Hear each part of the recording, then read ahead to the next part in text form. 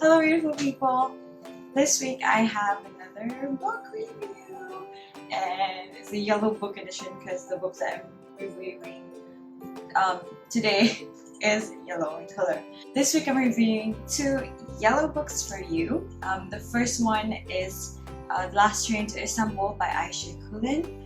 I think that's how it's pronounced. It's a Turkish name. I'm not sure if I pronounced it correctly. And the second book is The DUFF by Cody Keplinger. If you've watched the movie The DUFF, Designated Ugly Bad Friend, then you probably have heard of it, of the book. So moving on to the first book. This is Ayse Kulin's The Last Train to Istanbul.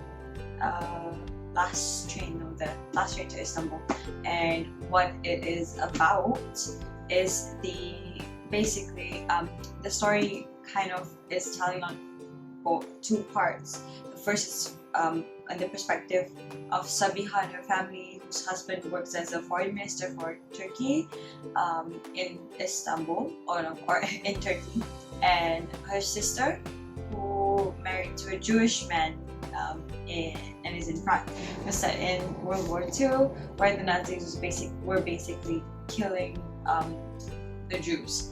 And because Salva isn't a Jew, Salva is a Muslim, so it's Sabiha and her husband, but Salva chose to be married to a Jewish man, and is living in France and is now under threat because the Nazis are in control of France at the time. And basically the story is on how she manages to get her family outside of France on the last train that was secretly arranged by the Turkish government. This is my first time reading a historical novel, and I would say that it was quite interesting. I was actually quite surprised. I wasn't, because I haven't really studied World War II in detail in any of my history lessons. I wasn't sure. I thought this was like, when I picked it up, I didn't realize it was about, it was a historical fiction, but no, I actually picked up one. And I think it's very interesting because although it isn't facts, but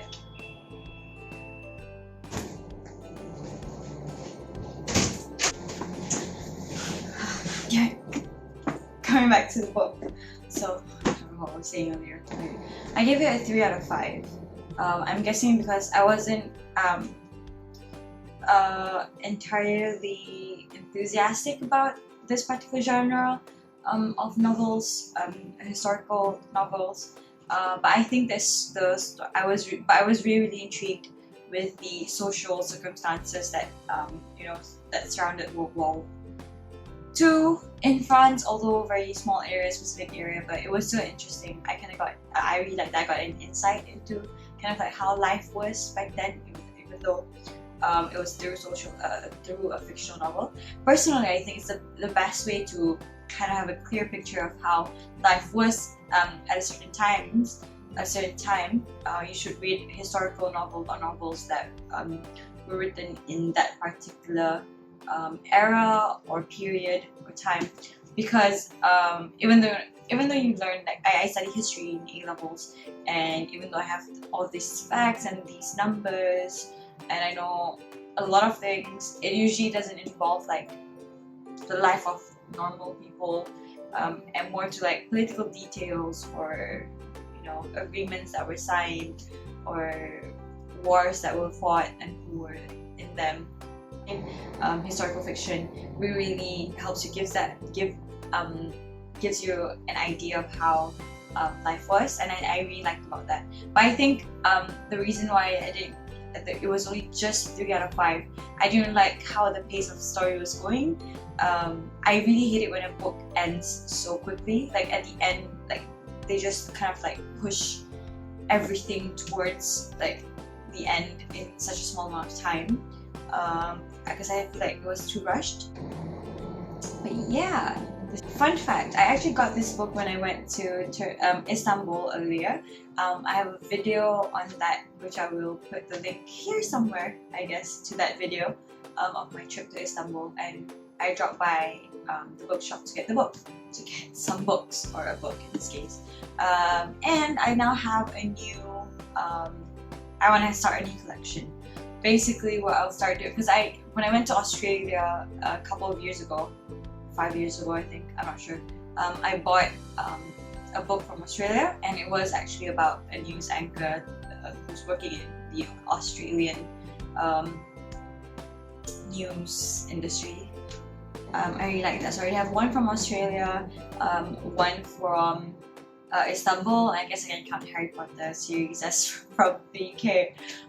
But yeah, I think I'm gonna redo that. Get a book, an English book obviously, or translate it to English book from every country that I visit in the future. Moving on to book number 2, which is Duff.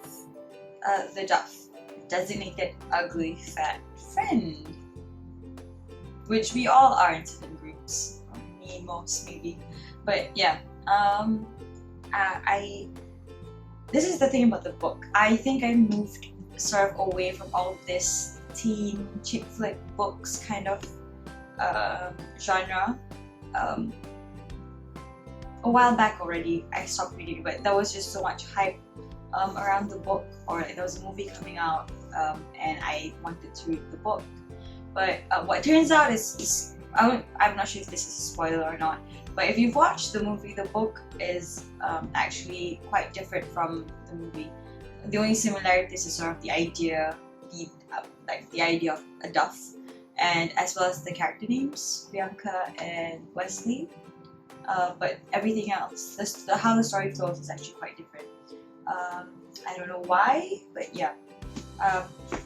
Whether I prefer the book or the movie more, I think the book has more depth in it, just slightly, than the movie. Like the movie is a total like chick flick movie, whereas it's a teen, like the normal high school drama. You have the mean girls and the popular boy, and basically Bianca, who's a Duff, supposedly not very socially attractive, gets the hot guy, the quarterback, if I'm not mistaken. But in the book, the story is much deeper. Both the characters, Bianca and Wesley, actually have a backstory to them. They're having their own problems, and within each other, they find comfort in each other's company, I guess, in a very sexual or physical, in a very physical way. Although, like, you know, she hates him initially, but things change as they meet. I gave this book a 2.5. And the reason is because, like I said, I've moved away from chick flick novels because I find their stories really always the same, and you know, it's not really interesting. You can predict what happens at the end.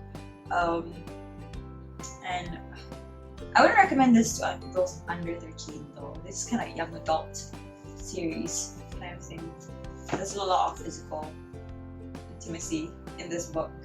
I didn't really like this book is because it's very chick flicky, but I knew what I was getting into from the moment I saw the cover, but I still really didn't like it.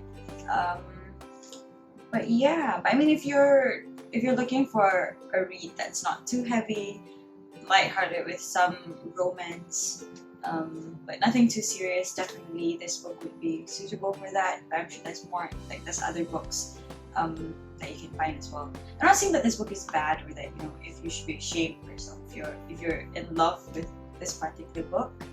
Personally, I don't really find anything interesting in this, but then again, everyone has their own preferences, right?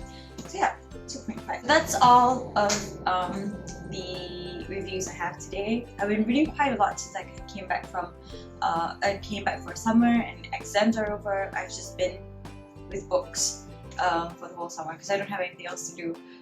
There's probably a lot more reviews coming in your way. Hopefully you look forward to that.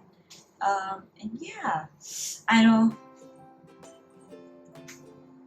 But yeah, this time around the books I have are not my super favorite books, but I promise that in the future there's a few books that I really want to tell all of you about. I'm probably late to the party with most of them, but I still really like them. So thank you so much for watching. Bye!